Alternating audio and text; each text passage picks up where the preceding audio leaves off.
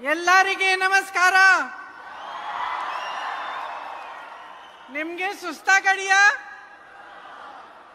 नहीं?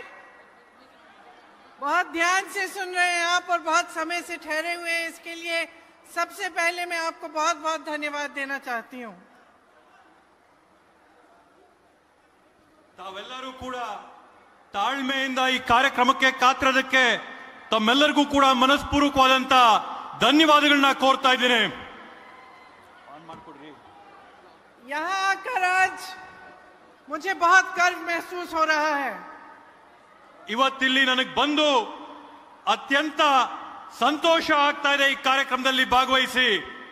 मैं आप सबका बहुत बहुत स्वागत करती हूँ और एक बार फिर धन्यवाद देती हूँ कि आप सब बैठे रहे हैं और ध्यान से सुन रहे हैं. देखिए, ये जो धरती है आपकी, इस धरती पर पूरे देश के देशवासियों का गर्व है. ಈ ಒಂದು ಬೆಳಗಾವಿಯ ಪುಣ್ಯ ಭೂಮಿ ಏನಿದೆ, ಈ ಒಂದು ದೇಶದ ಬೆಳಗಾವಿಯ ಪುಣ್ಯ ಭೂಮಿ ಈ ಭಾರತ ದೇಶದ ಹೆಮ್ಮೆಯ ಭೂಮಿ ಆಗಿದೆ. कांग्रेस पार्टी और उसके सदस्यों के लिए ये एक पवित्र भूमि है. ಕಾಂಗ್ರೆಸ್ ಪಕ್ಷ ಮತ್ತೆ ಅದರ ಎಲ್ಲಾ ಸದಸ್ಯರಿಗೆ ಈ ಬೆಳಗಾವಿಯ ಭೂಮಿ ಪವಿತ್ರವಾದಂತಹ ಭೂಮಿ, ಪುಣ್ಯ ಭೂಮಿ ಆಗಿದೆ. यहाँ श्री लोकमान्य तिलक जी ने होम रूल लीग का आंदोलन शुरू किया. ಇಲ್ಲಿ ಲೋಕಮಾನ್ಯ ಬಾಲಗಂಗಾಧರನಾಥ್ ತಿಲಕ್ ಅವರು ಅವರ ಚಳುವಳಿಯನ್ನ ಬೆಳಗಾವಿಯ ಪುಣ್ಯ ಭೂಮಿಯಿಂದ ಪ್ರಾರಂಭ ಮಾಡಿದ್ರು. और यहीं पे 100 साल पहले महात्मा गांधी जी ने कांग्रेस अध्यक्ष का पद संभाला. ಅದೇ ರೀತಿಯಲ್ಲಿ ಇದೇ ಪುಣ್ಯ ಭೂಮಿಯಲ್ಲಿ ಒಂದು ಶತಮಾನದ ಹಿಂದೆ, 100 ವರ್ಷದ ಹಿಂದೆ ಮಹಾತ್ಮ ಗಾಂಧೀಜಿ ಅವರು ಅಖಿಲ ಭಾರತ ಕಾಂಗ್ರೆಸ್ ಪಕ್ಷದ ಅಧ್ಯಕ್ಷತೆಯನ್ನು ಕೂಡ ಬೆಳಗಾವಿಯಲ್ಲಿ ವಹಿಸಿದ್ರು.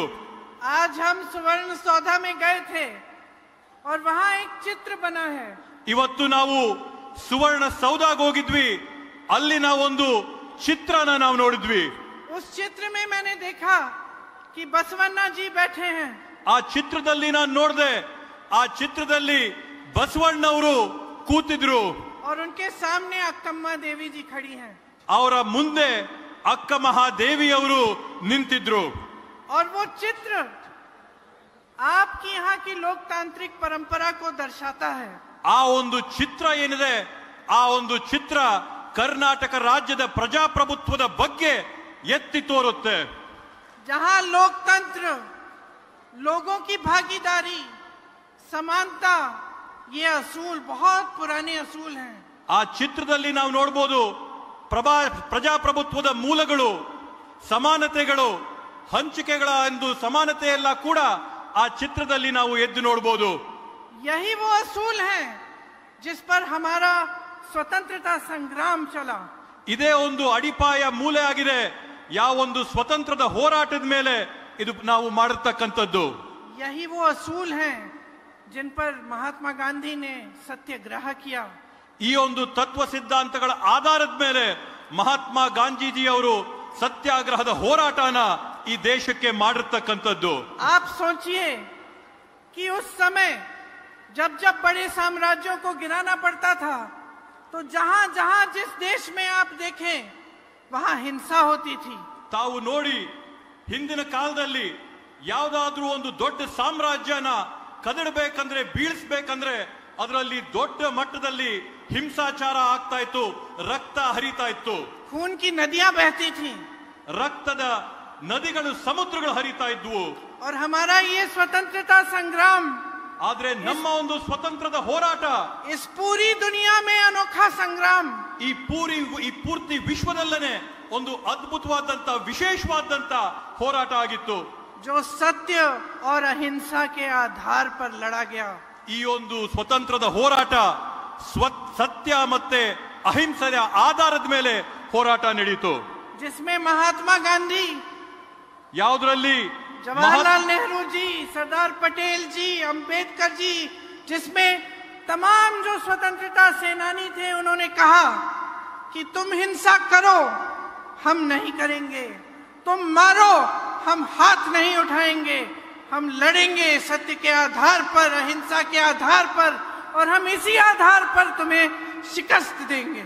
ಇವತ್ತು ಮಹಾತ್ಮ ಗಾಂಧೀಜಿಯವರು, ಲಾಲ್ ಬಹದ್ದೂರ್ ಶಾಸ್ತ್ರಿ ಅವರು, ಜವಾಹರ್ಲಾಲ್ ನೆಹರು ಅವರು, ಹಲವಾರು ಗಣ್ಯರು ಮಹನೀಯರು ಈ ಒಂದು ಸ್ವತಂತ್ರ ಹೋರಾಟದಲ್ಲಿ ಒಂದು ಸಂದೇಶ ಹೇಳಿದ್ರು.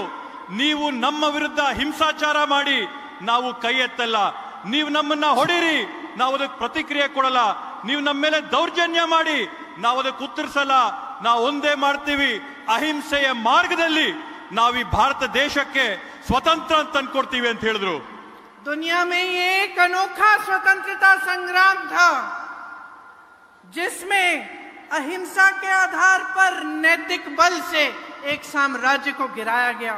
ಇದು ವಿಶ್ವದಲ್ಲಿ ಒಂದು ವಿಶೇಷವಾದಂತ ಸ್ವತಂತ್ರ ಹೋರಾಟ, ಯಾವುದರಲ್ಲಿ ಅಹಿಂಸೆಯ ಶಕ್ತಿಯಿಂದ ಒಂದು ಸಾಮ್ರಾಜ್ಯನ ಒಡೆದು ಅದನ್ನ ಶರಣಾಗತರ ಮಾಡತಕ್ಕಂಥದ್ದು. और इसी संग्राम से जब हमारा देश स्वतंत्र हुआ तब इसी संग्राम से जो मूल थे, जो आधार थे, जो उभरे, उन्हीं पर आधारित बाबा साहेब जी की अगुवाई में, पंडित जवाहरलाल नेहरू जी और बाकी सब नेताओं की अगुवाई में ये हमारा संविधान बना. ಸ್ವತಂತ್ರ ಹೋರಾಟ ಆದ ನಂತರ, ಅಹಿಂಸೆಯಿಂದ ಭಾರತಕ್ಕೆ ಸ್ವತಂತ್ರ ಬಂದ ನಂತರ ಯಾವ ಆಶೋತ್ತರಗಳ ಮೇಲೆ ನಮಗೆ ಸ್ವತಂತ್ರ ಬಂದು, ಯಾವ ಅಹಿಂಸೆಯ ಆಧಾರದ ಮೇಲೆ ನಮಗೆ ಸ್ವತಂತ್ರ ಬಂತೋ ಆ ಒಂದು ಅಹಿಂಸೆಯ ಆಧಾರದಿಂದ ಇವತ್ತು ಬಾಬಾ ಸಾಹೇಬ್ ಅಂಬೇಡ್ಕರ್ ಅವರು, ಜವಾಹರ್ಲಾಲ್ ನೆಹರೂಜಿ ಅವರು ಎಲ್ಲರೂ ಸೇರ್ಕೊಂಡು ದೇಶಕ್ಕೆ ಈ ಪವಿತ್ರವಾದಂತ ಸಂವಿಧಾನನ ಅದೇ ಆಧಾರದ ಮೇಲೆ ಕೊಟ್ಟಿದ್ದಾರೆ. ये संविधान क्या है, इसका आपके जीवन में क्या आधार है, ಈ ಸಂವಿಧಾನ क्या ಅಂದ್ರೆ ಏನು, मतलब है इसका आपके लिए? ಈ ಸಂವಿಧಾನ ಅಂದ್ರೆ ಏನು, ಈ ಸಂವಿಧಾನ ತಮ್ಮ ಜೀವನದಲ್ಲಿ ಯಾವ ಪಾತ್ರನ ಮಾಡ್ತಾ ಇದೆ ಅಂತೇಳಿ ತಾವು ಯೋಚನೆ ಮಾಡಬೇಕಾಗಿದೆ. ये संविधान एक पुस्तक नहीं है, एक किताब नहीं है. ಈ ಸಂವಿಧಾನ ಕೇವಲ ಒಂದು ಪುಸ್ತಕ ಮಾತ್ರವಲ್ಲ. आप इस देश के देशवासी हो, यहाँ बैठी मेरी बहनें, यहाँ बैठे मेरे भाई, ये संविधान आपका रक्षा कवच है. ಈ ದೇಶದಲ್ಲಿರ್ತಕ್ಕಂಥ, ಈ ಕಾರ್ಯಕ್ರಮದಲ್ಲಿರ್ತಕ್ಕಂಥ ನಮ್ಮ ಅಣ್ಣಂದ್ರೆ, ಅಕ್ಕ ತಂಗಿಯಂದ್ರೆ, ಈ ಸಂವಿಧಾನ ಏನಾಗಿದೆ ಅಂತಂದ್ರೆ ಈ ಸಂವಿಧಾನ ತಮ್ಮೆಲ್ಲರನ್ನು ಕಾಪಾಡಂತ ಒಂದು ರಕ್ಷಾ ಕವಚವಾಗಿ ನಿಂತಿದೆ. इसको बनाने वाले बाबा साहेब अंबेडकर जी दलितों, आदिवासियों, पिछड़ों और गरीबों के मसीहा हैं. ಈ ಒಂದು ಸಂವಿಧಾನನ ಸೃಷ್ಟಿ ಮಾಡತಕ್ಕಂಥ ಸಂವಿಧಾನ ಶಿಲ್ಪಿ ಬಾಬಾ ಸಾಹೇಬ್ ಅಂಬೇಡ್ಕರ್ ಅವರು ಈ ದೇಶದಲ್ಲಿರ್ತಕ್ಕಂಥ ತುಳಿತಕ್ಕೆ ಒಳಗಾದಂತವರು, ಪರಿಶಿಷ್ಟ ಜಾತಿ, ಪರಿಶಿಷ್ಟ ಪಂಗಡ, ಬುಡಕಟ್ಟ ಜನರ ಮಸೀಹ ಆಗಿ ನಿಂತಿದ್ದಾರೆ, ಭಗವಂತನಾಗಿ ದೇವರಾಗಿದ್ದಾರೆ. सामाजिक न्याय और अधिकार का प्रतीक हैं. ಸಾಮಾಜಿಕ ನ್ಯಾಯ ಮತ್ತೆ ಅಧಿಕಾರದ ಹಂಚಿಕೆಯ ಪ್ರತೀಕವಾಗಿ ನಿಂತಿದ್ದಾರೆ. इसमें उन्होंने आपके लोकतंत्र की सुरक्षा डाली है. ಈ ಒಂದು ಸಂವಿಧಾನದಲ್ಲಿ ನಮ್ಮ ಒಂದು ಪ್ರಜಾಪ್ರಭುತ್ವದ ಸುರಕ್ಷತೆಯನ್ನ ಅಡಗಿಸಿಟ್ಟಿದ್ದಾರೆ. आपको अधिकार दिए हैं. ಅವರು ನಿಮಗೆ ಅಧಿಕಾರ ಕೊಟ್ಟಿದ್ದಾರೆ. वोट डालने का अधिकार, जिससे आप अपनी सरकार को चुन सकते हैं. ಮತ ಹಾಕಂತ ಅಧಿಕಾರ, ಮತದ ಮೂಲಕ ನಿಮ್ಮ ಸರ್ಕಾರನ ಆಯ್ಕೆ ಮಾಡಿಕೊಳ್ಳಂತ ಅವಕಾಶ ಮಾಡಿಕೊಟ್ಟಿದ್ದಾರೆ. न्याय मांगने का अधिकार, कि जब कोई आपके साथ गलत करता है तो आप सरकार से न्याय मांग सकते हैं. ನ್ಯಾಯ ಕೇಳಂತ ಅಧಿಕಾರ, ಯಾವಾಗ ನಿಮ್ ವಿರುದ್ಧವಾಗಿ ಅನ್ಯಾಯ ಆಗುತ್ತೆ ಆವಾಗ ನಿಮಗೆ ಪ್ರಜಾಪ್ರಭುತ್ವದಲ್ಲಿ ಶಕ್ತಿ ಇದೆ, ಸರ್ಕಾರನ ಪ್ರಶ್ನೆ ಮಾಡಿ ನ್ಯಾಯ ಕೇಳಕ್ಕೋಸ್ಕರ. समानता का अधिकार, कि सरकार आपको एक नजरिए से देखती है, कोई बड़ा नहीं, कोई छोटा नहीं, कोई अलग नहीं, सबको वही वोट का अधिकार दिया गया है, जिससे आप अपने देश के लिए सरकार, अपने देश का नेतृत्व चुन सकते हैं. ಸಮಾನತೆಯ ಅವಕಾಶ ಇದೆ. ಈ ಒಂದು ಸಂವಿಧಾನದ ಮೂಲಕವಾಗಿ ನಾವು ದೇಶದಲ್ಲಿ ಸಮಾನತೆಯನ್ನ ಕೇಳಬಹುದು. ಯಾರೊಬ್ರು ದೊಡ್ಡವರು, ಚಿಕ್ಕವರು, ಸಾಹುಕಾರರು, ಬಡವರು, ಹಿಂದುಳಿದವರು, ಮುಂದುವರೆದವರು ಅಂದೆ ನಾವೆಲ್ಲರೂ ಕೂಡ ಸಮಾನವಾಗಿರಬೇಕು. ಸಮಾನ ಸಮಾಜದ ಸೃಷ್ಟಿಗೆ ನೀವು ಸರ್ಕಾರನ ಪ್ರಶ್ನೆ ಮಾಡಬಹುದು. और मैं कह सकती हूं भाई और बहनों कि बहुत सरकारें आई हैं, बहुत सरकारें गई हैं. ಮತ್ತೆ ನಾನು ಹೇಳ್ತೀನಿ ಅಣ್ಣ ತಮ್ಮಂದ್ರೆ, ಸಾಕಷ್ಟು ಸರ್ಕಾರಗಳನ್ನ ನಾವು ಬಂದಿರತಕ್ಕಂಥದ್ದನ್ನ ನೋಡಿದೀವಿ, ಹೋಗಿರ್ತಕ್ಕಂಥದ್ದನ್ನ ನೋಡಿದೀವಿ. और ये सिर्फ कांग्रेस की सरकारें नहीं रही, ಇವು ಬರೀ ಕಾಂಗ್ರೆಸ್ ಪಕ್ಷದ ಸರ್ಕಾರಗಳು ಮಾತ್ರ ಅಲ್ಲ, अनेक पार्टियों की सरकारें आई, ಹಲವಾರು ಪಕ್ಷಗಳ ಸರ್ಕಾರಗಳನ್ನ ನಾವು ನೋಡಿದೀವಿ. लेकिन आज तक ಆದ್ರೆ ಇವತ್ತವರೆಗೂ कोई ऐसी सरकार नहीं आई जिसका गृह मंत्री संसद में खड़े होकर बाबा साहेब अंबेडकर का अपमान कर सके. ಆದ್ರೆ ಇವತ್ತವರೆಗೂ ಯಾವೊಂದು ಸರ್ಕಾರ ನಾವು ನೋಡಿಲ್ಲ. ಆ ಸರ್ಕಾರದಲ್ಲಿರ್ತಕ್ಕಂಥ ಗೃಹ ಸಚಿವರು ಅಮಿತ್ ಶಾ ಅವರು ಸಂಸತ್ತಲ್ಲಿ ನಿಂತು ಬಾಬಾ ಸಾಹೇಬ್ ಅಂಬೇಡ್ಕರ್ ಅವರ ನಿಂದನೆ, ಅವಮಾನ ಮಾಡಿರ್ತಕ್ಕಂಥದ್ದನ್ನ ನಾವು ಯಾರು ಕೂಡ ಇವತ್ತವರೆಗೂ ನೋಡಿಲ್ಲ. आज तक कोई ऐसी सरकार नहीं रही जिनके मंत्री चुनाव में घूम घूम कर कह पाए कि हम इस संविधान को बदल डालेंगे. ಇವತ್ತವರೆಗೂ ದೇಶಾದ್ಯಂತ ನಾವು ಯಾವೊಂದು ಸರ್ಕಾರ ನೋಡಿಲ್ಲ, ಯಾವ ಸರ್ಕಾರದ ಮಂತ್ರಿಗಳು ದೇಶಾದ್ಯಂತ ಹೋರಾಡಿ ಭಾಷಣಗಳು ಮಾಡಿ ನಾವು ಸಂವಿಧಾನನ ಬದಲಾಯಿಸ್ತೀವಿ ಅಂತ ಹೇಳಂತ सोच सकता था कि इस स्वतंत्र भारत में दशकों गुजर गए, हमें स्वतंत्रता प्राप्त हुई और इस स्वतंत्र भारत की धरती पर खड़े होकर कोई कह सकता है कि हमें 1947 में स्वतंत्रता नहीं मिली. ಇವು ಯಾರಾದ್ರೂ ಆಲೋಚನೆ ಮಾಡಬಹುದಾ? ಈ ದೇಶದಲ್ಲಿ ಒಂದ್ ಮಾತು ಹೇಳಕ್ ಸಾಧ್ಯನಾ? 1947ನೇ ಇಸ್ವಿಯಲ್ಲಿ ನಮ್ಮೆಲ್ಲರ ಹೋರಾಟ, ಶ್ರಮ, ಬಲಿದಾನದಿಂದ ಈ ದೇಶಕ್ಕೆ ಸ್ವಾತಂತ್ರ್ಯ ಸಿಕ್ಕಿಲ್ಲ ಅನ್ನಂತ ಮಾತನ್ನ ಯಾರಾದ್ರೂ ಹೇಳಕ್ ಸಾಧ್ಯನಾ? किसी ने नहीं सोचा था कि इस तरह का अपमान सरकार की तरफ से आएगा. ನಾವು ಯಾರು ಕೂಡ ಯೋಚನೆ ಮಾಡಿರಲಿಲ್ಲ ಈ ರೀತಿಯಾದಂತ ಅವಮಾನಗಳು ಸರ್ಕಾರದ ಕಡೆಯಿಂದ ಬರುತ್ತೆ ಅಂತ ಹೇಳಿ. कि मंत्री संविधान को कमजोर करने की बात करेंगे. ಈ ಸರ್ಕಾರದ ಮಂತ್ರಿಗಳು ಸಂವಿಧಾನನ ಕ್ಷೀಣಿಸಂತ ಒಂದು ಪ್ರಯತ್ನನ ಮಾಡ್ತಾ ಇದ್ದಾರೆ. कि बाबा साहेब अंबेडकर जी जैसे गरीबों के मसीहा का संसद में अपमान होगा. ಬಾಬಾ ಸಾಹೇಬ್ ಅಂಬೇಡ್ಕರ್ ಅವರು ಯಾರೊಬ್ರು ಬಡವರ ದೇವರ ಸಮಾನರಾದಂತ ಪುರುಷರನ್ನ, ದೈವ ಪುರುಷರನ್ನ ಸಂಸತ್ತಿನಲ್ಲಿ ಅವಮಾನ ಆಗಂತದ್ದನ್ನ ನಾವು ನಿರೀಕ್ಷೆ ಮಾಡಿರಲಿಲ್ಲ. उनका अपमान करके देश के गृह मंत्री ने लोकतंत्र का अपमान किया है. बाबा साहेब उन शहीदों का अपमान किया है जिन्होंने हमारे स्वतंत्रता संग्राम में अपनी जान दी इस देश के लिए. ಬಾಬಾ ಸಾಹೇಬ್ ಅಂಬೇಡ್ಕರ್ ಅವರ ಅವಮಾನ ಮಾಡಿದಂತ ಅಮಿತ್ ಶಾ ಅವರು ಬರೀ ಬಾಬಾ ಸಾಹೇಬ್ ಅಂಬೇಡ್ಕರ್ ಅವರೊಬ್ಬರನ್ನೇ ಅಲ್ಲ, ಆದ್ರೆ ಈ ದೇಶಕ್ಕೋಸ್ಕರ ಶರಣಾದಂತ, ರಕ್ತ ತ್ಯಾಗ ಬಲಿದಾನ ಮಾಡಿದಂತ ಹೋರಾಟಗಾರನ, ಸ್ವತಂತ್ರ ಹೋರಾಟಗಾರನ ಅವಮಾನ ಮಾಡಿದ್ದಾರೆ. उन स्वतंत्रता सेनानियों का अपमान किया है जिन्होंने सब कुछ छोड़कर स्वतंत्रता संग्राम में लड़ाई लड़ी, अपना खून बहाया, अपना पसीना बहाया, इस देश के लिए अपना सब कुछ न्योछावर कर दिया.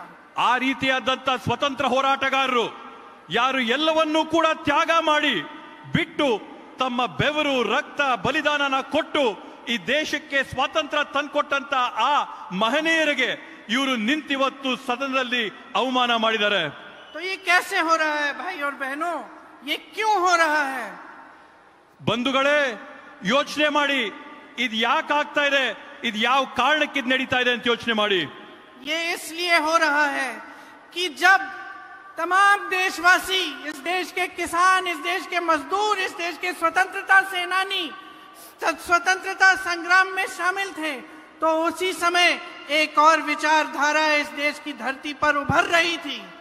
ಬಂಧುಗಳೇ, ಇದರಲ್ಲಿ ನಾವು ಗಮನಿಸಬೇಕಾದಂತದ್ದು ದೇಶದಲ್ಲಿರ್ತಕ್ಕಂಥ ಬಡ ವರ್ಗದವರು, ರೈತ ವರ್ಗದವರು, ಸ್ವತಂತ್ರ ಹೋರಾಟಗಾರರು ಎಲ್ಲರೂ ಕೂಡ ಈ ದೇಶಕ್ಕೆ ಹೋರಾಟ ತರಬೇಕು ಅಂತ ಆಂದೋಲನ ನಡೆಸ್ತಾ ಇರಬೇಕಾದಂತ ಸಂದರ್ಭದಲ್ಲಿ ಇದೇ ದೇಶದಲ್ಲಿ ಮತ್ತೊಂದು ವಿಚಾರಧಾರೆ ಹರಿತಾ ಇತ್ತು, ಮತ್ತೊಂದು ವಿಚಾರಧಾರೆ ಆಲೋಚನೆ ಆಗ್ತಾ ಇತ್ತು, ಚರ್ಚೆ ಆಗ್ತಾ ಇತ್ತು.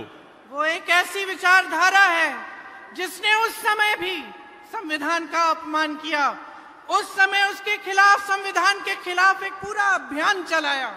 ಅದು ಯಾವ ತರದ ವಿಚಾರಧಾರೆ ಅಂತಂದ್ರೆ, ಆ ವಿಚಾರಧಾರೆ ಸ್ವತಂತ್ರದ ಸಮಯದಲ್ಲಿ ಕೂಡ ಸಂವಿಧಾನನ ವಿರೋಧ ಮಾಡಿದಂಥದ್ದು, ಸಂವಿಧಾನದಲ್ಲಿರ್ತಕ್ಕಂಥ ಅಂಶಗಳನ್ನ ತಿರಸ್ಕಾರ ಮಾಡಿದಂತ ಒಂದು ವಿಚಾರಧಾರೆ ಅಂದಿನಿಂದ ಕೂಡ ನಡ್ಕೊಂಡು ಬಂದಿರತಕ್ಕಂಥದ್ದು.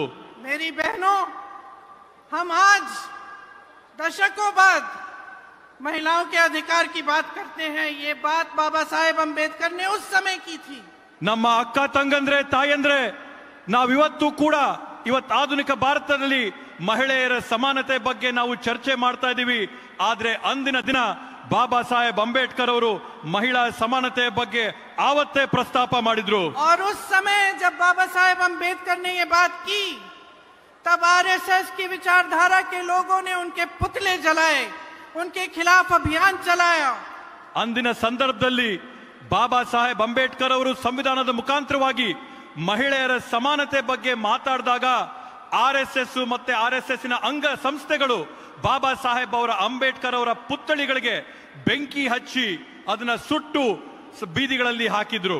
क्योंकि बीजेपी की पैदाइश ही यही विचारधारा है, यहीं से उभरी है बीजेपी. इसीलिए आज भाजपा के नेता, भाजपा की सरकारें हमारे संविधान बाबा साहेब अंबेडकर जी का अपमान खुलेआम कर रहे हैं. ಈ ರೀತಿಯಾದಂತ ವಿಚಾರದಂತ ಆಲೋಚನೆಗಳ ತತ್ವ ಸಿದ್ಧಾಂತಗಳಿಂದ ಹುಟ್ಟಿದಂತ ಬಿಜೆಪಿ ಪಕ್ಷ ಆದ್ರಿಂದಾನೇ ಈ ಒಂದು ಸಂವಿಧಾನನ ಸತತವಾಗಿ ವಿರೋಧ ಮಾಡಿಕೊಂಡು ಬರ್ತಾ ಇರ್ತಕ್ಕಂಥದ್ದು. ಆದ್ರಿಂದಾನೇ ಅವರು ಇವತ್ತು ಕೂಡ ಅವಮಾನ ಮಾಡ್ತಾ ಇರ್ತಕ್ಕಂಥದ್ದು. 2024 के चुनाव में पिछले साल जब ये जगह जगह जाकर कह रहे थे कि संविधान बदल डालेंगे, तो जनता ने इनको सबक सिखाया. ಇವರು 2024 ಲೋಕಸಭೆ ಚುನಾವಣೆಯಲ್ಲಿ ಬೇರೆ ಬೇರೆ ಕಡೆಗಳ ಭಾಷಣ ಮಾಡಿ ನಾವು ಸಂವಿಧಾನನ ಬದಲಾಯಿಸ್ತೀವಿ ಅಂತ ಹೇಳಿದಂತ ಸಂದರ್ಭದಲ್ಲಿ ಭಾರತ ದೇಶದ ಪ್ರಜೆಗಳು ಮತ ಹಾಕಿ ಅವ್ರಿಗೊಂದು ತಕ್ಕ ಪಾಠನ ಕಲಿಸಿದ್ದಾರೆ. अच्छा किया भाई और बहनों, मोदी जी घबरा गए. ಒಳ್ಳೆ ಕೆಲಸ ಮಾಡಿದೀರಾ ಅಣ್ಣ ತಮ್ಮಂದ್ರೆ, ತಾವು ಹಾಕಿರಂತ ಮತದಿಂದ ಮೋದಿಜಿ ಅವರು ಗಾಬರಿ ಬಿದ್ದೋಗಿದ್ದಾರೆ. उसके बाद जब संसद में गए तो यूं करके संविधान को अपने माथे से लगाया. ತಾವು ಹಾಕದಂತ ಮತದ ನಂತರ ಅವರು ಸಂಸತ್ತಿನ ಪ್ರವೇಶ ಮಾಡಿದಾಗ ತಲೆ ಬಾಗಿ ಸಂವಿಧಾನನ ತಲೆ ಮೇಲಿಟ್ಟು ಒಳಗಂಟ್ರಿ ಆದ್ರು. ये काम उनसे आपने करवाया. ಈ ಕೆಲಸನ ಮೋದಿ ಅವರ ತಲೆ ಬಾಗ್ಸಂತ ಕೆಲಸನ ನೀವ್ ಮಾಡಿಸಿದೀರಾ. जबानी दावे बहुत लोग करते रहते हैं, जुनून के काम करके दिखाना होता है. ಇವತ್ತು ನಾವೆಲ್ಲರೂ ಕೂಡ ಒಗ್ಗಟ್ಟಾಗಿ ಒಂದು ದೊಡ್ಡ ಹೋರಾಟ ಸಂಗ್ರಾಮನ ನಾವು ಸೇರಿ ಮಾಡಬೇಕಾಗುತ್ತೆ. लेकिन ये नहीं कर सकते, ಆದ್ರೆ ಇದು ಅವ್ರ ಕೈಯಲ್ಲಿ ಸಾಧ್ಯವಿಲ್ಲ. क्योंकि इनका जुनून ही कुछ और है. ये देश नहीं है, ये संविधान नहीं है, इस देश का लोकतंत्र नहीं है, इस देश की जनता नहीं है. ಯಾಕಂದ್ರೆ ಇವತ್ತು ಬಿಜೆಪಿ ಅವರ ಉದ್ದೇಶನೇ ಬೇರೆ ಇದೆ.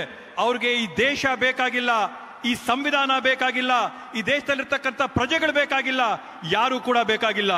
आज इस देश का प्रधानमंत्री, इस देश का गृह मंत्री इस संविधान के विरोधी हैं. ಇವತ್ತು ಭಾರತ ದೇಶದ ಪ್ರಧಾನಮಂತ್ರಿ, ಭಾರತ ದೇಶದ ಗೃಹ ಸಚಿವರು ಸಂವಿಧಾನ ವಿರೋಧಿಗಳಾಗಿದ್ದಾರೆ. क्योंकि इनकी विचारधारा के जो मूल विचार हैं, देश के जो मूल विचार हैं, उस पर हमला करती है. ಯಾಕಂತಂದ್ರೆ ಇವರ ಮೂಲ ಉದ್ದೇಶ ಇರ್ತಕ್ಕಂಥದ್ದು ಈ ದೇಶದ ತತ್ವ ಸಿದ್ಧಾಂತ, ಈ ದೇಶದ ಅಡಿಪಾಯದ ಮೇಲೆ ಇವತ್ತವರು ಒಂದು ಹಲ್ಲೆ ಮಾಡಬೇಕು, ಆಕ್ರಮಣ ಮಾಡಬೇಕು ಅಂತ ಹೇಳಿ. इस देश की विविधता, इस देश के विभिन्न रीति रिवाज, खान पान और उपासना के तौर तरीके पर हमले करते हैं. ಈ ದೇಶದ ವಿಭಿನ್ನತೆ, ನಮ್ಮಲ್ಲಿರ್ತಕ್ಕಂಥ ವೈವಿಧ್ಯತೆ, ಇವೆಲ್ಲಗಳ ಮೇಲೆ ಹಲ್ಲೆ ಮಾಡಬೇಕು, ಇವೆಲ್ಲದರ ಮೇಲೆ ಆಕ್ರಮಣ ಮಾಡಿಸಬೇಕು, ಇವೆಲ್ಲವನ್ನು ಮುಗಿಸಬೇಕು ಅನ್ನಂತ ಉದ್ದೇಶ. ये संविधान के विरोधी इसलिए हैं क्योंकि इनका संगठन और इनके आदर्श पुरुष हमारे संविधान और तिरंगे का उपहास करते हैं. ಇವರು ಸಂವಿಧಾನದ ವಿರೋಧಿಗಳು ಯಾಕಾಗಿದ್ದಾರೆ ಅಂತಂದ್ರೆ, ಇವರ ಸಂಸ್ಥೆನ ಪ್ರಾರಂಭ ಮಾಡಿದಂತ ಸ್ಥಾಪಕರು ಅವರು ಸಂವಿಧಾನದ ವಿರೋಧಿಗಳಾಗಿರೋ, ತ್ರಿವರ್ಣ ಧ್ವಜದ ವಿರೋಧಿಗಳಾಗಿದ್ರು. कभी इसे विदेशी कहते हैं, कभी इसे अशुभ बताते हैं, कभी इसे विदेशी कहते हैं, कभी इसे अशुभ बताते हैं. ಒಂದೊಂದು ಸರಿ ಇದು ಸರಿ ಇಲ್ಲ ಅಂತ ಹೇಳ್ತಾರೆ, ಮತ್ತೊಂದು ಸರಿ ಇದು ಅಶುಭವಾದಂತದ್ದು ಅಂತ ಹೇಳ್ತಾರೆ. और जब ये पहली बार सत्ता में आए तो क्या किया इन्होंने, इनके नेताओं ने?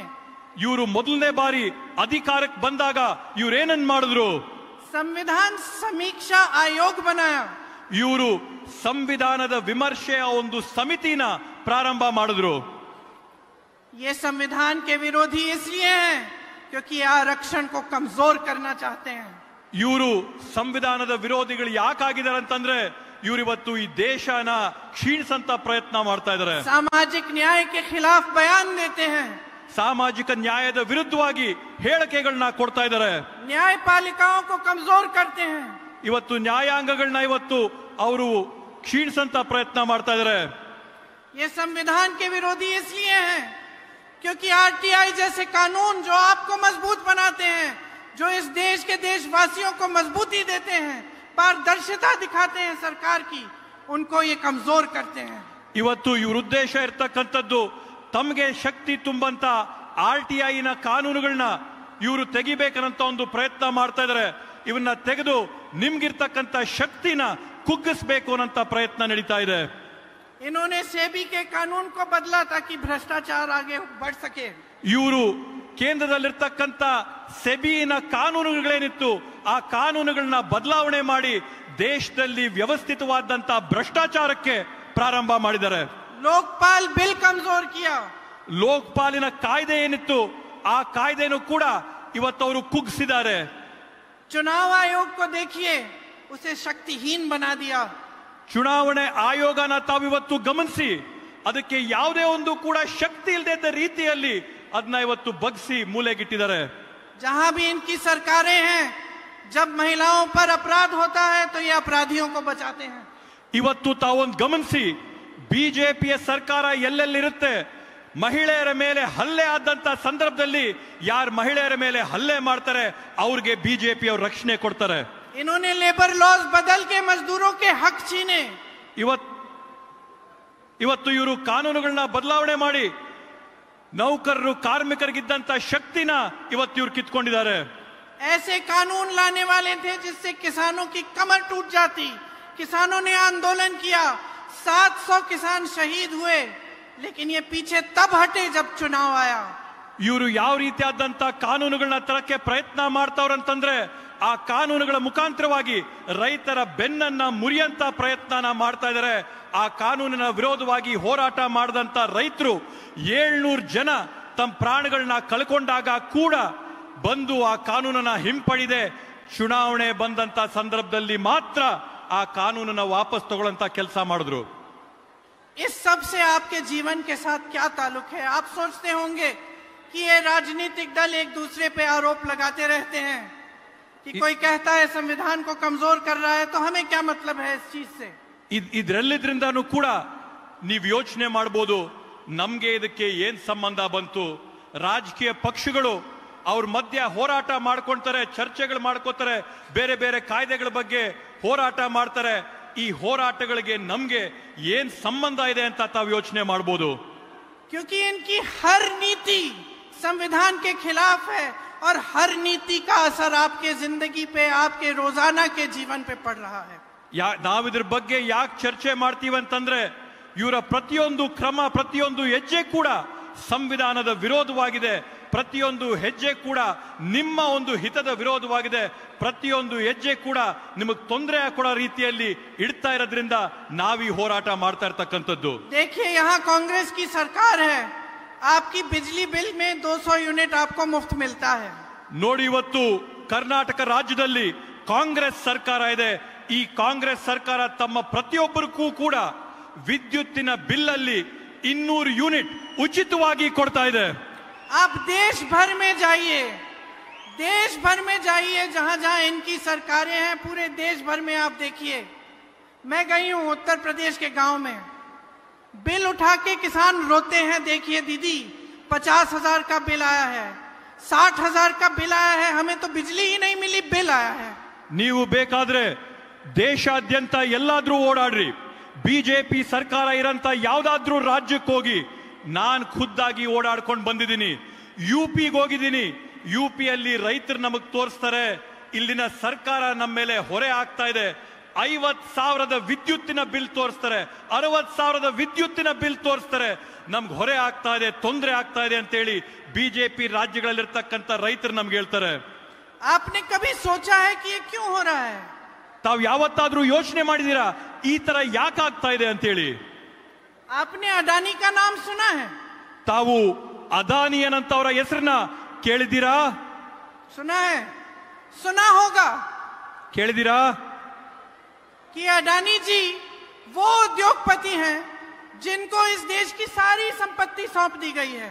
ಅದಾನಿ ಯಾವ ರೀತಿಯಾದಂತ ಬಂಡವಾಳಶಾಹಿ ಉದ್ಯಮಿ ಆಗಿದ್ದಾರೆ ಅಂತಂದ್ರೆ ಈ ದೇಶದ ಎಲ್ಲ ಸಂಪತ್ತು ಸಂಪನ್ಮೂಲಗಳನ್ನ ಅದಾನಿ ಅವ್ರ ಕೈಗೆ ಬಿಜೆಪಿ ಸರ್ಕಾರ ಕೊಟ್ಟಿದೆ. और जब हम संसद में चीखते चिल्लाते हैं कि इनके खिलाफ अमेरिका में केस है, उसकी जांच करो, तो हमारा मुंह बंद किया करने की कोशिश होती है. क्यों? क्योंकि उस अमेरिका के केस में क्या था? यही था ना कि उन्होंने अधिकारियों को, सरकार को घूस दी ताकि आपके बिजली के बिल बढ़ा पाए. तो आपके लिए बिजली का दाम बढ़ता चला जा रहा है और उनका संरक्षण हो रहा है. ಇವತ್ತು ನಾವು ಸಂಸತ್ತಿನಲ್ಲಿ ಅದಾನಿ ಅವರ ವಿರುದ್ಧವಾಗಿ ಹೋರಾಟ ಮಾಡಿದಾಗ ವಿದೇಶಗಳಲ್ಲಿ ಅಮೆರಿಕ ದೇಶದಲ್ಲಿ ಅದಾನಿ ಅವರ ವಿರುದ್ಧವಾಗಿ ಕ್ರಮ ಆಗಿದೆ, ಕೇಸ್ ಆಗಿದೆ ಅಂತ ಹೇಳಿದಾಗ ನಾವು ಸದನದಲ್ಲಿ ಸಂಸತ್ತಲ್ಲಿ ಮಾತಾಡಕ್ಕೆ ಪ್ರಯತ್ನ ಮಾಡಿದಾಗ ನಮ್ ಬಾಯಿಗೆ ಬೀಗ ಹಾಕಿ ಬಾಯಿ ಮುಚ್ಚಂತ ಕೆಲಸನ ಇವತ್ತು ಬಿಜೆಪಿ ಸರ್ಕಾರ ಮಾಡ್ತಾ ಇದೆ. ಅಲ್ಲಿ ನಾವು ಹೋರಾಟ ಮಾಡ್ತಾ ಇರ್ತಕ್ಕಂಥದ್ದಾದ್ರೂ ಏನು? ಇದೇ ಅದಾನಿ ಅವರು ತಮ್ಮ ಅಧಿಕಾರನ ಬಳಸ್ಕೊಂಡು, ರಾಜಕಾರಣಿಗಳನ್ನ ಬಳಸ್ಕೊಂಡು, ಅಧಿಕಾರಿಗಳನ್ನ ಬಳಸ್ಕೊಂಡು ವಿದ್ಯುತ್ತಿನ ಬೆಲೆ, ವಿದ್ಯುತ್ತಿನ ದರನ ಜಾಸ್ತಿ ಮಾಡಿ ರೈತರಿಗೆ ತೊಂದರೆ ಕೊಡ್ತಾ ಇದಾರಂತ ನಾವು ಹೋರಾಟ ಮಾಡಿದ್ರೆ ನಮ್ಮ ಬಾಯಿಗಳಿಗೆ ಬೀಗ ಹಾಕ್ಸಂತ ಕೆಲಸನ ಇವತ್ತು ಬಿಜೆಪಿ ಅವರು ಮಾಡ್ತಾ ಇದಾರೆ. इसको कहते हैं संविधान के खिलाफ नीतियां बनाना. ಇದನ್ನ ನಾವು ಹೇಳ್ತಾ ಇರ್ತಕ್ಕಂಥದ್ದು ಸಂವಿಧಾನದ ವಿರೋಧವಾದಂತ ಭಾರತದ ಸೃಷ್ಟಿ ಮಾಡಂತದ್ದು. इस देश का किसान संकटों से घिरा हुआ है. ಈ ದೇಶದಲ್ಲಿರ್ತಕ್ಕಂಥ ರೈತ ನೂರಾರು ಸಂಕಷ್ಟಗಳ ಬಲೆಯಲ್ಲಿ ಸಿಕ್ಕಾಕಿ ನರಳ್ತಾ ಇದ್ದಾನೆ. एक लाख रुपए के लिए आत्महत्या करता है. 1 ಲಕ್ಷ ರೂಪಾಯಿಗೋಸ್ಕರ ಒಬ್ಬ ರೈತ ಆತ್ಮಹತ್ಯೆ ಮಾಡ್ಕೋತಾ ಇದ್ದಾನೆ. क्योंकि कर्ज में डूबता है. ಇವತ್ತವರು ಅದರಲ್ಲಿ ಮುಳುಗ್ತಾ ಇದ್ದಾರೆ. जहां देखता है वहां महंगाई है. ಎಲ್ಲೆಲ್ಲಿ ಕಣ್ಣಾಯಿಸಿದ್ರು ಕೂಡ ಅಲ್ಲಿ ಬೆಲೆ ಏರಿಕೆ ಆಗ್ತಾ ಇದೆ. पेट्रोल डीजल के दाम बढ़ जाते हैं. ಪೆಟ್ರೋಲ್ ಡೀಸೆಲಿನ ಬೆಲೆ ಗಗನಕ್ಕೇರೋಗಿವೆ. हर चीज पे जीएसटी भरनी पड़ती है. ट्रैक्टर पे जीएसटी, हर किसान के लिए जितनी भी चीजों का इस्तेमाल करना पड़ता है उस सब पे जीएसटी होती है. ಪ್ರತಿಯೊಂದು ವಸ್ತು ಮೇಲೂ ಕೂಡ ಇವತ್ತು ಜಿಎಸ್ಟಿ ನ ತೆರಿಗೆ ಕಟ್ಟಬೇಕಾಗ್ತದೆ. ರೈತನ ಬಳಸಂತ ಸಂಪಗ್ರಿಗಳು, ಸಂಪನ್ಮೂಲಗಳ ಮೇಲೆ ಎಲ್ಲದರಲ್ಲಿ ಕೂಡ ಇವತ್ತು ಜಿಎಸ್ಟಿ ಕಟ್ಟಂತ ಒಂದು ಹೊರೆ ರೈತನ ಮೇಲೆ ಬೀಳ್ತಾ ಇದೆ. तो वो कर्ज में डूब रहा है. ಇವತ್ತು ಅವನು ಸಾಲದಲ್ಲಿ ಮುಳುಗ್ತಾ ಇದ್ದಾನೆ. और दूसरी तरफ बड़े बड़े उद्योगपतियों को 17 लाख करोड़ का कर्ज माफ कर देती है ये सरकार. ಇವತ್ತಿವೆಲ್ಲ ನಡೀತಾ ಇರಬೇಕಾದಾಗ ಕೂಡ ರೈತನು ಈ ರೀತಿಯಾದಂತ ಸಂಕಷ್ಟದಲ್ಲಿ ಇರಬೇಕಾದಾಗ ತಾವೇನ್ ಮಾಡ್ತಾ ಇದ್ದೀರಾ ಅಂತಂದ್ರೆ ಬಂಡವಾಳ ಶಾಹಿಗಳ 17 ಲಕ್ಷ ಕೋಟಿ ರೂಪಾಯಿಗಳ ಸಾಲನ ನೀವು ಮನ್ನಾ ಮಾಡಿದೀರಾ. ये संविधान के खिलाफ है. ಇದು ಸಂವಿಧಾನದ ವಿರೋಧಿಯಾದಂತ ಕ್ರಮಗಳು, ಹೆಜ್ಜೆಗಳು. आप सुबह उठते हो, दांत मांजते हो, टूथपेस्ट पे जीएसटी है. ಇವತ್ತು ನೀವು ಬೆಳಗ್ಗೆ ಎದ್ದೇಳ್ತೀರಾ, ಹಲ್ಲು ಉಜ್ತೀರಾ, ಹಲ್ಲುಜ್ಜಂತ ಟೂತ್ ಪೇಸ್ಟ್ ಮೇಲೆ ಇವತ್ತು ಜಿಎಸ್ಟಿ ನ ಟ್ಯಾಕ್ಸ್ ತೆರಿಗೆ ಹಾಕ್ತಾರೆ. चाय पीते हो, चाय पे जीएसटी है. कॉफी पीते हो, कॉफी पे जीएसटी है. ब्रेड पे जीएसटी है. मक्खन पे जीएसटी है. ಇವತ್ತು ನೀವು ಬೆಳಗ್ಗೆ ಕುಡಿಯಂತ ಟೀ ಮೇಲಾಗಿರ್ಬೋದು, ಕಾಫಿ ಮೇಲಾಗಿರ್ಬೋದು, ನೀವು ತಿನ್ನಂತ ಬೆಣ್ಣೆ ಮೇಲಾಗಿರ್ಬೋದು, ಎಲ್ಲದ್ರ ಮೇಲೂ ಕೂಡ ಜಿಎಸ್ಟಿ ನ ತೆರಿಗೆ ತಾವು ಕಟ್ತೀರಾ. आपके नाश्ते पे जीएसटी है. ನಿಮ್ಮ ತಿಂಡಿ ಮೇಲೂ ಕೂಡ ಜಿಎಸ್ಟಿ ಇದೆ. आपके बच्चों के यूनिफॉर्म पे जीएसटी है. ನಿಮ್ ಮಕ್ಕಳು ಹಾಕಂತ ಯೂನಿಫಾರ್ಮ್ ಮೇಲೆ ಜಿಎಸ್ಟಿ ಹಾಕ್ತಾರೆ. पुस्तकों पे जीएसटी है. पेंसिल पे जीएसटी है. ಅವ್ರು ಓದಂತ ಪುಸ್ತಕಗಳು, ಬರೆಯಂತ ಪೆನ್ಸಿಲ್ಗಳು, ಇದ್ರ ಮೇಲೂ ಕೂಡ ಜಿಎಸ್ಟಿ ಇದೆ. मोजे जूतों पर जीएसटी है. ಅವ್ರು ಹಾಕಂತ ಪಾದ ರಕ್ಷಕಗಳ ಶೂಸ್ಗಳ ಮೇಲೆ ಜಿಎಸ್ಟಿ ಇದೆ. आप सामान खरीदने जाते हो, जीएसटी देते हो. ನೀವು ಏನಾದ್ರೂ ಸಾಮಗ್ರಿಗಳನ್ನ ಕೊಂಡ್ಕೊಳ್ಳಕ್ಕೆ ಮಾರ್ಕೆಟ್ಗೆ ಹೋದ್ರೆ ಅದ್ರ ಮೇಲೆ ತಾವು ಜಿಎಸ್ಟಿ ಕಟ್ತೀರಾ. अडानी जी, अंबानी जी देते हैं टैक्स. उनकी टैक्स बड़ी है क्या? ಅದಾನಿ ಅಂಬಾನಿ ಅವರ ಈ ಟ್ಯಾಕ್ಸ್ಗಳನ್ನ ಕಟ್ತಾರ? ಇವತ್ತವರೆಗೂ ಅವ್ರ ಟ್ಯಾಕ್ಸ್ ನ ಜಾಸ್ತಿ ಮಾಡಿದಾರ? आपकी टैक्स हर रोज बढ़ती चली जा रही है. उनकी टैक्स बड़ी नहीं है. ತಾವು ಕಟ್ತಾ ಇರ್ತಕ್ಕಂಥ ತೆರಿಗೆಗಳು ದಿನ ದಿನ ಜಾಸ್ತಿ ಆಗ್ತಾ ಹೋಗ್ತಾ ಇದೆ.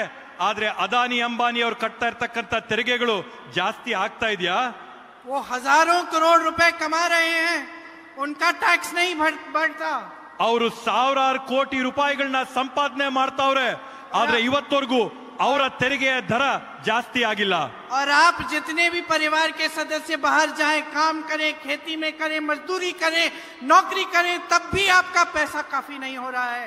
तब भी आप अपने जीवन में संकट झेल रहे हैं, संघर्ष झेल रहे हैं. ಇವತ್ತು ನೀವು ತಮ್ಮ ಮನೆಯಲ್ಲಿರ್ತಕ್ಕಂಥ ಎಲ್ಲ ಕುಟುಂಬದ ಸದಸ್ಯರು ಮನೆಯಿಂದ ಹೊರಗಡೆ ಹೋಗಿ ದುಡ್ದು ಶ್ರಮ ಹಾಕಿ ಸಂಪಾದನೆ ಮಾಡ್ಕೊಂಡು ಬಂದ್ರು ಕೂಡ ಇವತ್ತು ತಾವು ಸಂಪಾದನೆ ಮಾಡಿದಂತ ಎಲ್ಲ ಸಂಪನ್ಮೂಲಗಳನ್ನ ಸಂಗ್ರಹ ಮಾಡಿದ್ರು ಕೂಡ ಅದಿವತ್ತು ಮನೆಯನ್ನ ನಡೆಸಕ್ಕೆ ಸಾಕಾಗ್ತಾ ಇಲ್ಲ. इसी को कहते हैं संविधान विरोधी नीतियां. ಇದನ್ನೇ ನಾವು ಹೇಳಂತದ್ದು ಸಂವಿಧಾನದ ವಿರೋಧವಾದಂತ ತತ್ವ ಸಿದ್ಧಾಂತಗಳಂತೇಳಿ. यही है उसका असर. ಇದೇ ಅದರ ಪರಿಣಾಮ. कि जब सरकार, शासन, प्रशासन सिर्फ बड़े बड़े उद्योगपतियों के लिए चल रहा है. ಇದೇ ಪರಿಣಾಮ ಯಾವಾಗ ಇಲ್ಲಿರ್ತಕ್ಕಂಥ ಸರ್ಕಾರ ತನ್ನ ನೀತಿ ನಿಯಮಗಳೆಲ್ಲ ಕೂಡ ಬಂಡವಾಳ ಶಾಹಿಗಳು ಸಾಹುಕಾರರು ಅವ್ರಿಗೋಸ್ಕರ ಮಾತ್ರ ಕೆಲಸ ಮಾಡಿದಂತ ಸಂದರ್ಭದಲ್ಲಿ. आज हम यहाँ हवाई जहाज से आए तो एयरपोर्ट में एक ड्राइवर था. ನಾವಿವತ್ತು ದೆಹಲಿಯಿಂದ ಬೆಳಗಾವಿಗೆ ವಿಮಾನದಲ್ಲಿ ಬಂದು ಇಳಿದಾಗ ಅಲ್ಲೊಬ್ಬ ಡ್ರೈವರ್ ಇದ್ದ, ಗಾಡಿ ಓಡಿಸೋ ಡ್ರೈವರ್ ಇದ್ದ.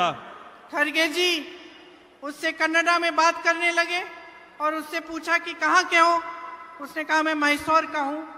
ಅಲ್ಲಿ ಅಧ್ಯಕ್ಷರಾದಂತ ಶ್ರೀ ಮಲ್ಲಿಕಾರ್ಜುನ ಖರ್ಗೆ ಸಾಹೇಬ್ರು ಆ ಡ್ರೈವರ್ನ ಪ್ರಶ್ನೆ ಮಾಡಿದ್ರು, ನೀನ್ ಎಲ್ಲಿನವನಪ್ಪ, ಯಾವ ಊರಿಂದ ಬಂದಿದ್ಯಾ ಅಂತೇಳಿ.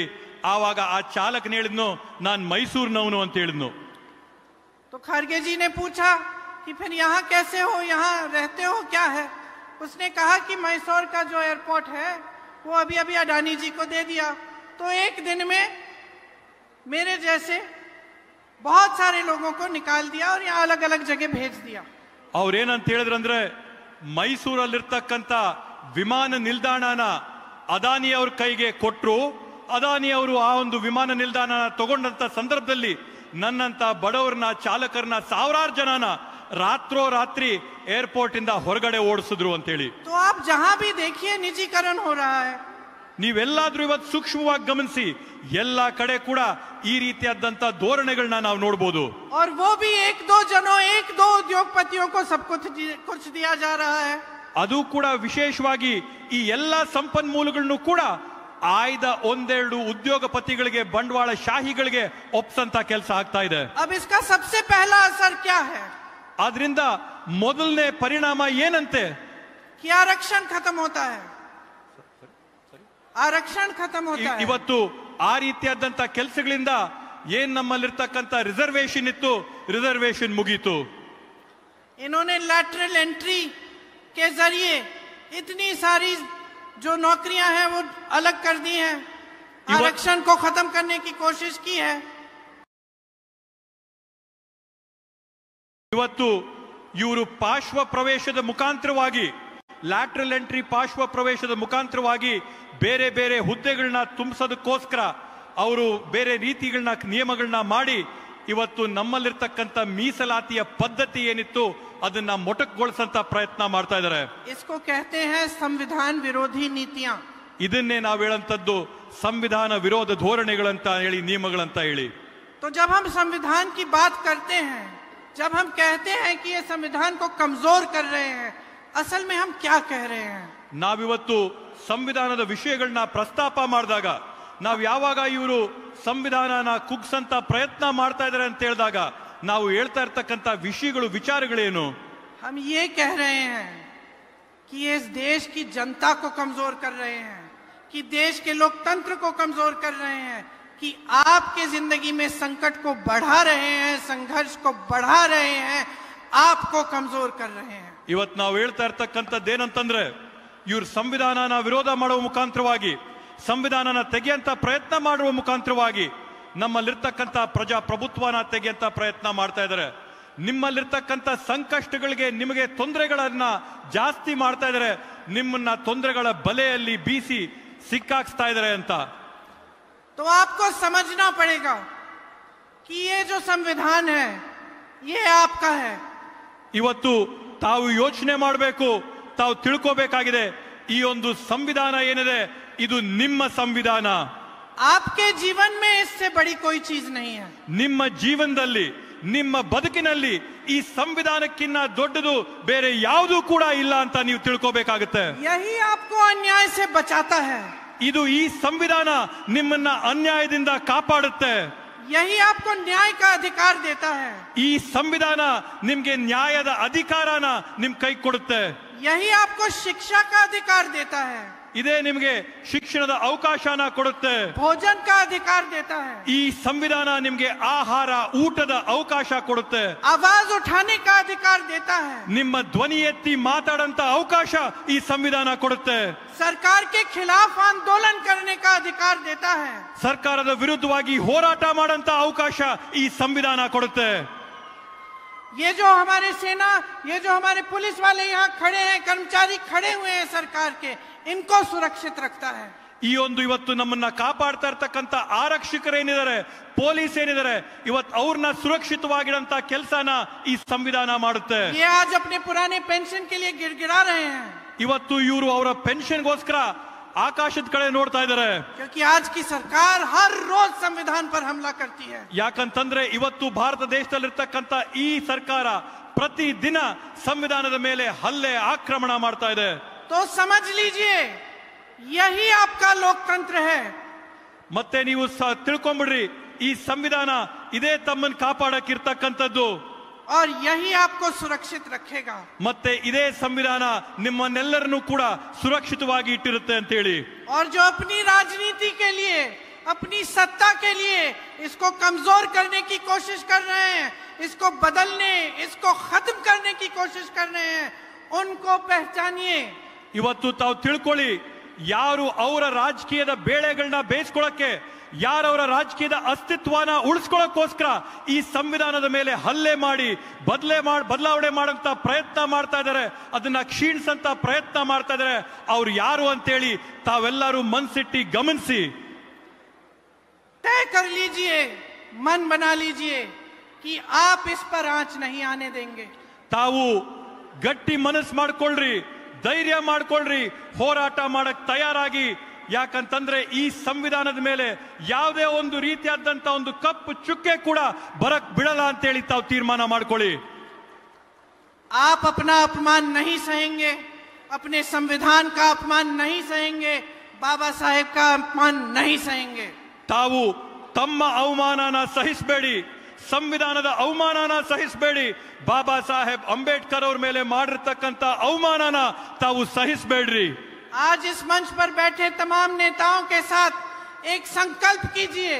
ಇವತ್ತಿ ವೇದಿಕೆ ಮೇಲೆ ಇರ್ತಕ್ಕಂಥ ಎಲ್ಲ ನಾಯಕರ ಜೊತೆ ತಾವೊಂದು ಸಂಕಲ್ಪ ಮಾಡಿ कि जिस तरह से ये संविधान आपको सुरक्षित रखता है, उसी तरह से आप अपनी जान दे देंगे, लेकिन आप इस संविधान को सुरक्षित रखेंगे. ತಾವೊಂದು ಸಂಕಲ್ಪ ಮಾಡಿ ಯಾವ ರೀತಿಯಲ್ಲಿ ಈ ಒಂದು ಸಂವಿಧಾನ ತಮ್ಮನ್ನ ಸುರಕ್ಷಿತವಾಗಿ ಇಟ್ಟಿದೆಯೋ ಆ ರೀತಿಯಲ್ಲಿ ತಾವು ಬೇಕಾದ್ರೆ ತಮ್ಮ ಪ್ರಾಣನ ಕೊಡ್ತೀರಾ, ಆದ್ರೆ ಈ ಸಂವಿಧಾನನ ಬದಲಾಯಿಸಕ್ಕೆ, ಹಲ್ಲೆ ಆಗಕ್ಕೆ ಅವಕಾಶ ಮಾಡಲ್ಲ ಅಂತೇಳಿ ತಾವೆಲ್ಲ ಕೂಡ ಪಣ ತೊಟ್ಕೊಳ್ಳಿ.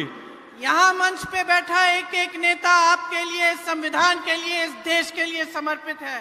ಇವತ್ತು ಈ ವೇದಿಕೆ ಮೇಲಿರ್ತಕ್ಕಂಥ ಪ್ರತಿಯೊಬ್ಬ ನಾಯಕ ಕೂಡ ತಮಗೋಸ್ಕರ, ಈ ಸಂವಿಧಾನಕ್ಕೋಸ್ಕರ, ಈ ದೇಶಕ್ಕೋಸ್ಕರ ಯಾವೊಂದು ತ್ಯಾಗ ಮಾಡಕ್ಕೂ ಕೂಡ ತಯಾರಾಗಿದ್ದಾರೆ. मेरे भाई, बड़े भाई यहाँ आज आ नहीं पाए क्योंकि उनकी तबीयत खराब है. लेकिन हर रोज वे संविधान के लिए लड़ते हैं, इसके लिए जान देने के लिए तैयार है. ಇವತ್ತು ನಮ್ಮ ದೊಡ್ಡಣ್ಣವರಾದಂತ ರಾಹುಲ್ ಗಾಂಧೀಜಿ ಅವರು ಇವತ್ತು ಕಾರ್ಯಕ್ರಮಕ್ಕೆ ಅನಾರೋಗ್ಯದ ಕಾರಣದಿಂದ ಬರಕಾಗಿಲ್ಲ. ಆದ್ರೆ ತಾವೆಲ್ಲ ತಿಳ್ಕೊಳ್ಳಿ, ತಮಗೋಸ್ಕರ, ಈ ಸಂವಿಧಾನಕ್ಕೋಸ್ಕರ, ಈ ದೇಶಕ್ಕೋಸ್ಕರ ರಾಹುಲ್ ಗಾಂಧೀಜಿ ಅವರು ಪ್ರತಿ ದಿನ ಪ್ರತಿ ಕ್ಷಣ ಹೋರಾಟ ಮಾಡ್ತಾ ಇದ್ದಾರೆ ಅಂತೇಳಿ. और इसीलिए ये सरकार राहुल गांधी से डरती है. ಅದಕ್ಕೋಸ್ಕರನೇ ಈ ಬಿಜೆಪಿ ಸರ್ಕಾರ ರಾಹುಲ್ ಗಾಂಧೀಜಿ ಅವ್ರನ್ನ ನೋಡಿದ್ರೆ ಭಯ ಬಿಟ್ಟು ನಡುಗುತ್ತೆ. जब राहुल गांधी संसद में खड़े होते हैं बात करने के लिए, बोलने के लिए, न्याय मांगने के लिए, आपके लिए, तब ये सरकार कुछ भी करती है, उस संसद को उस दिन रद्द करने की कोशिश करती है, बंद करने की कोशिश करती है, क्योंकि डरती है इनसे.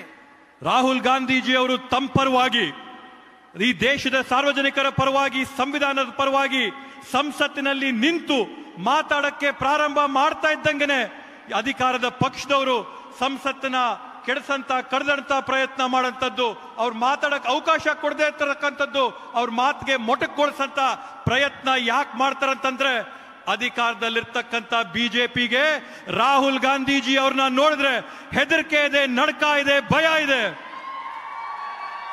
और ये सरकार उनको देखकर कांपती इसलिए है क्योंकि वो सच्चाई की लड़ाई लड़ रहे हैं. ಇವತ್ತು ಈ ಸರ್ಕಾರ ರಾಹುಲ್ ಗಾಂಧೀಜಿ ಅವ್ರನ್ನ ನೋಡಿದ್ರೆ ಯಾಕೆ ನಡಗುತ್ತೆ ಅಂತ ಹೇಳಿದ್ರೆ ರಾಹುಲ್ ಗಾಂಧೀಜಿ ಅವರು ಹೋರಾಟ ಮಾಡ್ತಾ ಇರ್ತಕ್ಕಂಥದ್ದು ಸತ್ಯದ ಪರವಾಗಿ.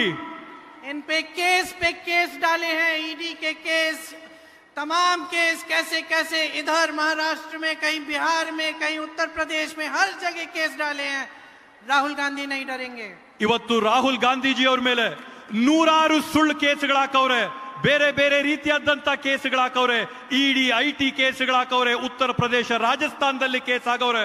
ಆದ್ರೆ ಎಷ್ಟೇ ನೂರಾರು ಕೇಸ್ ಆಗ್ಲಿ ರಾಹುಲ್ ಗಾಂಧೀಜಿ ಅವರು ಆ ಯಾವ ಕೇಸ್ಗಳಿಗೂ ಹೆದರಂತ ಗಂಡಲ್ಲ. न राहुल गांधी जी डरेंगे, न मल्लिकार्जुन खड़गे जी डरेंगे, न इस मंच पे बैठा कोई भी नेता डरेगा, ना मैं डरूंगी, क्योंकि हमारी विचारधारा लड़ने की है, सच्चाई की है, डरने और कांपने की नहीं है. ಇವತ್ತು ರಾಹುಲ್ ಗಾಂಧೀಜಿ ಅವರಾಗಿರ್ಬೋದು, ಅಧ್ಯಕ್ಷರಾಗಿರ್ತಕ್ಕಂಥ ಶ್ರೀ ಮಲ್ಲಿಕಾರ್ಜುನ ಖರ್ಗೆಜಿ ಅವರಾಗಿರ್ಬೋದು, ವೇದಿಕೆ ಮೇಲಿರ್ತಕ್ಕಂಥ ಎಲ್ಲ ಮುಖಂಡರಾಗಿರ್ಬೋದು, ನಾನಾಗಿರ್ಬೋದು, ನಾವು ಯಾರು ಕೂಡ ಹೆದರಂತ ಜಾಯಮಾನನೇ ಇಲ್ಲ. ಯಾಕಂತಂದ್ರೆ ನಾವಿವತ್ತು ಹೋರಾಟ ಮಾಡ್ತಾ ಇರ್ತಕ್ಕಂಥದ್ದು ಸತ್ಯ ನಿಷ್ಠೆಯ ಬಗ್ಗೆ. ನಮ್ಮ ಹೋರಾಟ ನಿರಂತರವಾಗಿ ನಾವು ಮಾಡ್ಕೊಳ್ತಾ ಇರ್ತೀವಿ, ಯಾರಿಗೂ ಹೆದರಲ್ಲ ಅಂತ ಹೇಳ್ತೀವಿ. बीजेपी और आरएसएस की तरह कायरों की विचारधारा नहीं है हमारी, ये है हमारी विचारधारा. इसके लिए मर मिटने के लिए तैयार हैं हम. ಬಿಜೆಪಿ ಅವರ ವಿಚಾರಧಾರೆಗಳು ನಮ್ದಲ್ಲ, RSS ನ ವಿಚಾರಧಾರೆ ನಮ್ದಲ್ಲ, ನಮ್ದೇನೆ ಬೇರೆ ಆದಂತ ವಿಚಾರಧಾರೆ. ಈ ಸಂವಿಧಾನವೇ ನಮ್ಮ ವಿಚಾರಧಾರೆ. ಈ ಸಂವಿಧಾನಕ್ಕೋಸ್ಕರ ಜೀವ ಕೊಡಕ್ಕೆ, ತ್ಯಾಗ ಮಾಡಕ್ಕೆ, ಬಲಿದಾನಕ್ಕೆ ನಾವೆಲ್ಲಕ್ಕೂ ತಯಾರಾಗಿದ್ದೇವೆ. आपके लिए न्याय के लिए, आपकी समानता के लिए, आपके लोकतंत्र के लिए मर मिटने के लिए तैयार हैं हम. ನಾವು ನಿಮ್ಗೋಸ್ಕರ, ನಿಮ್ಮ ಜೀವಗಳಿಗೋಸ್ಕರ, ನಿಮ್ಮ ಸಮಾನತೆಗೋಸ್ಕರ, ಈ ಪ್ರಜಾಪ್ರಭುತ್ವಗೋಸ್ಕರ, ತಮ್ಮೆಲ್ಲರಿಗೋಸ್ಕರ ನಾವು ನಮ್ಮ ಉಸಿರನ್ನ, ರಕ್ತನ, ಜೀವನ, ತ್ಯಾಗ, ಬಲಿದಾನ ಮಾಡಕ್ಕೆ ನಾವೆಲ್ಲರೂ ಕೂಡ ತಯಾರಾಗಿದ್ದೇವೆ. हमारी परंपरा शहीदों की परंपरा है, जेल से माफी की चिट्ठी लिखने की परंपरा नहीं है. ನಮ್ಮ ಒಂದು ಪರಂಪರೆ, ನಮ್ಮ ಇತಿಹಾಸ ಯಾವ ತರದ್ದು ಅಂತ ಹೇಳಿದ್ರೆ ಈ ದೇಶಕ್ಕೆ ಬಲಿದಾನ, ಪ್ರಾಣ ಕೊಡಂತ ಒಂದು ಇತಿಹಾಸ ನಮ್ದು. ಜೇಲಲ್ಲಿ ಕೂತ್ಕೊಂಡು ಬ್ರಿಟಿಷರಿಗೆ ಕ್ಷಮಾಪಣೆಯ ಪತ್ರ ಬರಂತ ಇತಿಹಾಸ ಅಲ್ಲ ನಮ್ದು. और वही परंपरा इस देश के एक एक देशवासी की परंपरा है. ಆ ಪರಂಪರೆ ಏನಿದೆ ಹೋರಾಟದ್ದು, ಈ ದೇಶದ ಪ್ರತಿಯೊಬ್ಬ ಪ್ರಜೆ, ನಾಗರಿಕರ ಇತಿಹಾಸ ಇದೇ ಆಗಿದೆ. आप सभी उस परंपरा से उभरे हो. इस स्वतंत्रता संग्राम ने हमें स्वतंत्रता दी. आप स्वतंत्र भारत के देशवासी हो. ये आपकी परंपरा है, सच्चाई की परंपरा है. ಈ ಒಂದು ಇತಿಹಾಸ ಏನಿದೆ, ಈ ಒಂದು ಪರಂಪರೆ ಏನಿದೆ ನಮ್ದು, ದೇಶಕ್ಕಾಗಿ ಹೋರಾಟ ಮಾಡಿ ಸ್ವತಂತ್ರಕ್ಕಾಗಿ ಪ್ರಾಣ ಕೊಟ್ಟಂತ ತಮ್ಮ ಪೂರ್ವಜರ ರಕ್ತ ತಮ್ಮಲ್ಲಿ ಹರಿತಾ ಇರ್ತಕ್ಕಂಥ ಒಂದು ಭಾವನೆಯಲ್ಲಿ ತಾವೆಲ್ಲರೂ ಕೂಡ ಈ ಒಂದು ಪರಂಪರೆನ ಉಳಿಸ್ಕೊಳ್ಳುವಂತ ಕೆಲಸನ ಒಗ್ಗಟ್ಟಾಗಿ ಮಾಡಬೇಕು ಅಂತ ಮನವಿ ಮಾಡ್ತೀನಿ. इससे पीछे मत हटो, निडर हो जाओ, लड़ो अपने अधिकारों के लिए और इस सरकार के खिलाफ जो तुम्हारे अधिकारों को कमजोर करती है और तुम्हें कमजोर करने की कोशिश करती है. ಇವತ್ತು ಈ ಒಂದು ನಿಲುವಿನಿಂದ ತಾವು ದಯವಿಟ್ಟು ಹೆಜ್ಜೆ ಹಿಂದೆ ಇಡಬೇಡಿ. ಧೈರ್ಯವಾಗಿ ಮುನ್ನುಗ್ಗಿ ನಿಮ್ಮ ಹಕ್ಕುಗಳನ್ನ, ಸಮಾನತೆನ, ಸಂವಿಧಾನನ ಕಿತ್ಕೋತಾ ಇರ್ತಕ್ಕಂಥ ಈ ಒಂದು ದುಷ್ಟ ಸರ್ಕಾರದ ವಿರುದ್ಧವಾಗಿ ತಾವೆಲ್ಲರೂ ಕೂಡ ಹೋರಾಟ ಮಾಡಿ ಮುನ್ನುಗ್ಗಿ ಅಂತ ಕೇಳ್ತೀನಿ. एक बार मेरे साथ जोर से बोलो, जय बापू. और जोर से, जय बापू, जय भीम, जय संविधान. धन्यवाद.